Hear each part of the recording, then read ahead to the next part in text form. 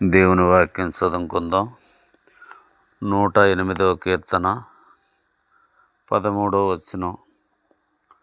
కీర్తనల గ్రంథము 108 13వ వచనం.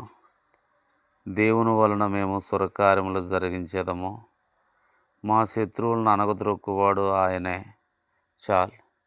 కాబట్టి దావీదు సాక్ష్యం ఇస్తున్నాడు. దావీదు దేవుని గురించి సాక్ష్యం ఇస్తున్నాడు. ఆయన అనుభవాన్ని పంచుకుంటున్నాడు. దేవుని వలనే మేము సురకార్యములో చేయదము, మా శత్రువులను అణచువాడు ఆయనే అంటాడనమాట.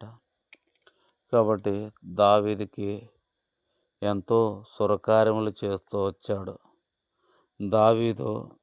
దావీదు నగర కట్టించుకున్నాడు. దావీదు తన కొరకు దావీదు పురాన్ని కట్టించుకున్నాడు. అందుకని దాన్ని దావీదు పురం అంటారు. ఎంతో సుందరంగా కట్టించుకున్నాడు. కాబట్టి సురకార్యాలు దావీదు ద్వారా దేవుడు చేపిస్తూ వచ్చాడు. రెండోదిగా, దావీదు యొక్క శత్రువులందరినీ దేవుడు అణుస్తూ వచ్చాడు. దావీదు శత్రువులు దినదినము కృంగిపోతూ వచ్చారు, తగ్గిపోతూ వచ్చారు, బలహీనులైపోతూ వచ్చారు. కాబట్టి దేవుడు దావీదును హెచ్చిస్తూ వచ్చాడు, తన శత్రువులను తగ్గిస్తూ వచ్చాడు.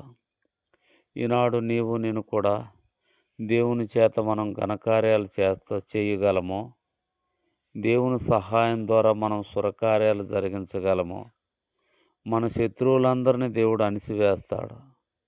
మనల్ని అంతకంతకు వారు చూస్తుండగా పైకి లేపుతాడు. దేవుడు ఉన్నత స్థాయిల్లోకి నడిపిస్తాడు. మన శత్రువులకు సిగ్గు కలిగిస్తాడు.